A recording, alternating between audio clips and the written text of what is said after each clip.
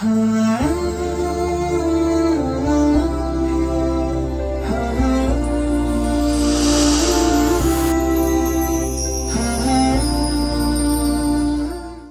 اللہ الرحمن الرحیم۔ تخلیق کائنات، کریشن آف یونیورس، اس سلسلے میں ہم نے آپ کے سامنے اب تک کے 4 نقطۂ نظر پیش کیے۔ فلسفہ کیا کہتا ہے عقل کی روشنی میں، سائنس کیا کہتی ہے تجربے اور مشاہدے کی روشنی میں،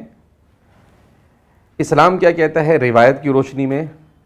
اور اسلام کے علاوہ جو دیگر مذاہب ہے یا یوں کہیں گے کہ غیر آسمانی جو مذاہب ہے وہ اس سلسلے میں کیا کہتے ہیں۔ تو ہمارے سامنے یہ بات آتی ہے کھل کر کہ اس سلسلے میں جتنے بھی نظریات پیش کیے گئے، ان تمام نظریات میں سے سب سے کلیئر، جو قطعیت کے ساتھ جس کو مانا جا سکتا ہے اور جس کے سننے کے بعد، جس کی تفصیلات کو جاننے کے بعد انسان کے ذہن و دماغ میں کسی قسم کا کوئی تردد باقی نہیں رہتا ہے، اگر ایسا کلیئر کٹ کسی نے نظریہ پیش کیا ہے تو وہ اسلام نے پیش کیا ہے۔ یہ اس لیے میں نہیں کہہ رہا ہوں کہ میں مسلمان ہوں، یہ اس لیے میں کہہ رہا ہوں کہ میں نے اس موضوع کو اپنے مطالعے کا میدان بنایا ہوا ہے پچھلے 15 سال سے، اور عربی میں، اردو میں اور کچھ انگریزی میں بھی اس سلسلے میں جتنا لٹریچر لکھا گیا میں نے بڑی تفصیل کے ساتھ اس کا مطالعہ کیا، اور مطالعہ کرنے کے بعد میں اس نتیجے پر پہنچا ہوں کہ الحمدللہ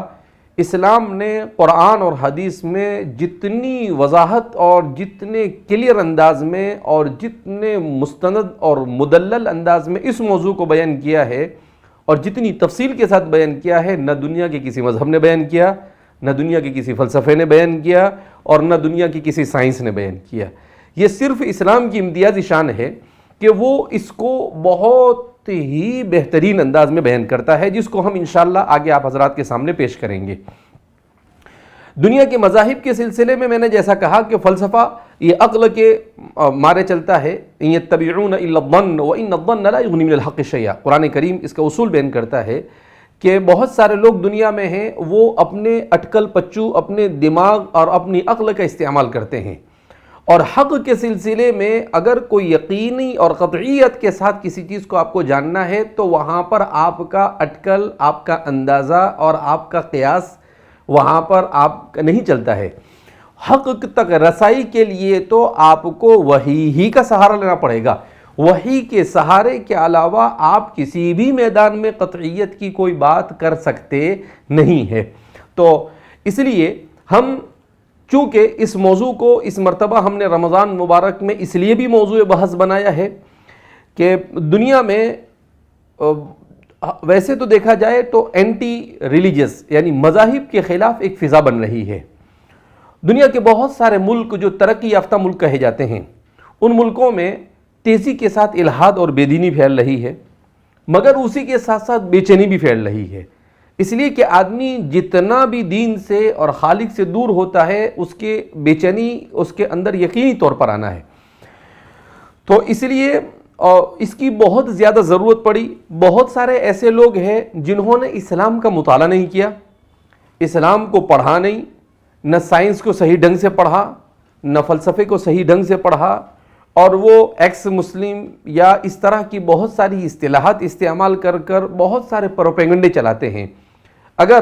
کوئی معقول پڑھا لکھا آدمی، مطالعہ کرنے والا آدمی اگر ان کی بات کو سنے تو سوائے ہنسنے کے اور اس کے پاس کوئی آپشن باقی رہتا نہیں ہے، چونکہ میں ایسے لوگوں کو بھی سنتا رہتا ہوں۔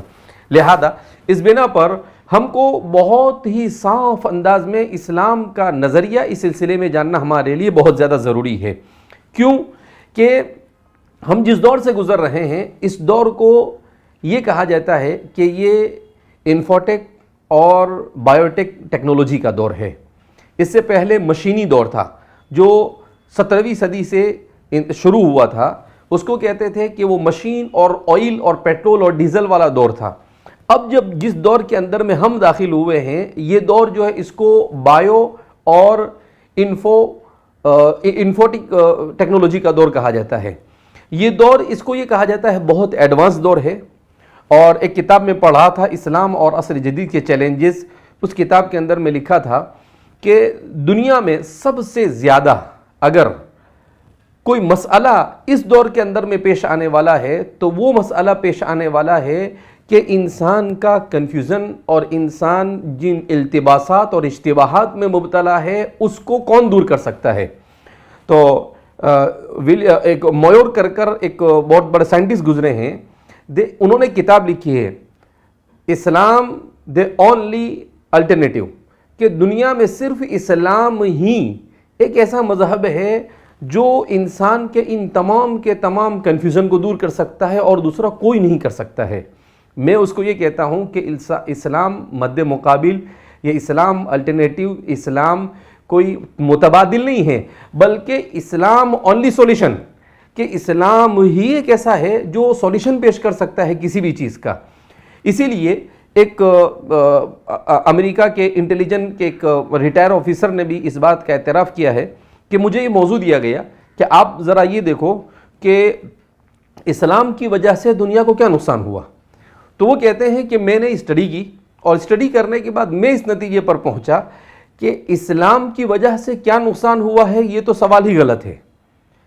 اس لیے کہ میں پورے وثوق کے ساتھ کہہ سکتا ہوں کہ میں نے جب تاریخ کو پڑھا, اگر مجھے نیوٹرل ہو کر اور بغیر کسی جانبداری کے اگر مجھے کہا جائے کیا کہو, تو میں یہ کہہ سکتا ہوں کہ اسلام ہی دنیا کا واحد وہ مذہب ہے جس کی برکت سے اور جس کی وجہ سے آج جو کچھ امن و امان وہ باقی ہے. اگر اسلام نہ ہوتا تو دنیا میں اس وقت جو امن و امان ہے شاید وہ بھی باقی نہ رہتا, یا شاید نہیں بلکہ یقینی طور پر. تو انہوں نے بھی مستقل ایک کتاب لکھی ہے اور اس کتاب میں اس بات کا انہوں نے اعتراف کیا ہے, دا ورلڈ وداؤٹ اسلام ان کی اس کتاب کا نام ہے. تو ان تمام لوگوں نے, یعنی جو لوگ بھی ذہین ہیں اور جو لوگ بالکل نیوٹرل ہو کر اسٹڈی کرتے ہیں, مطالعہ کرتے ہیں, وہ سب کے سب اس نتیجے پر پہنچے ہیں کہ ہر میدان میں, عملی میدان میں, اخلاقی میدان میں, تاریخی میدان میں, یا معاشرتی میدان میں, یا معیشت کے میدان میں, یا سیاست کے میدان میں, انفرادی میدان میں, یا اجتماعی میدان میں, کسی بھی میدان کے اندر میں آپ اتر جاؤ, جو حل اسلام پیش کرتا ہے وہ حل دنیا میں کوئی نہیں پیش کر سکتا ہے. اور یہ بات کلیئر ہونی چاہیے ہمارے مشاہدین اور سننے والوں کے سامنے کہ اسلام صرف مسلمانوں کا دین نہیں ہے, اسلام پوری انسانیت کا دین ہے. وما ارسلناک الا رحمتا للمسلمین نے کہا, وما ارسلناک الا رحمتا للعالمین کہا. ہم نے آپ کو پوری دنیا جہاں کے انسانوں کے لیے رحمت بنا کر بھیجا. قرآن کریم بھی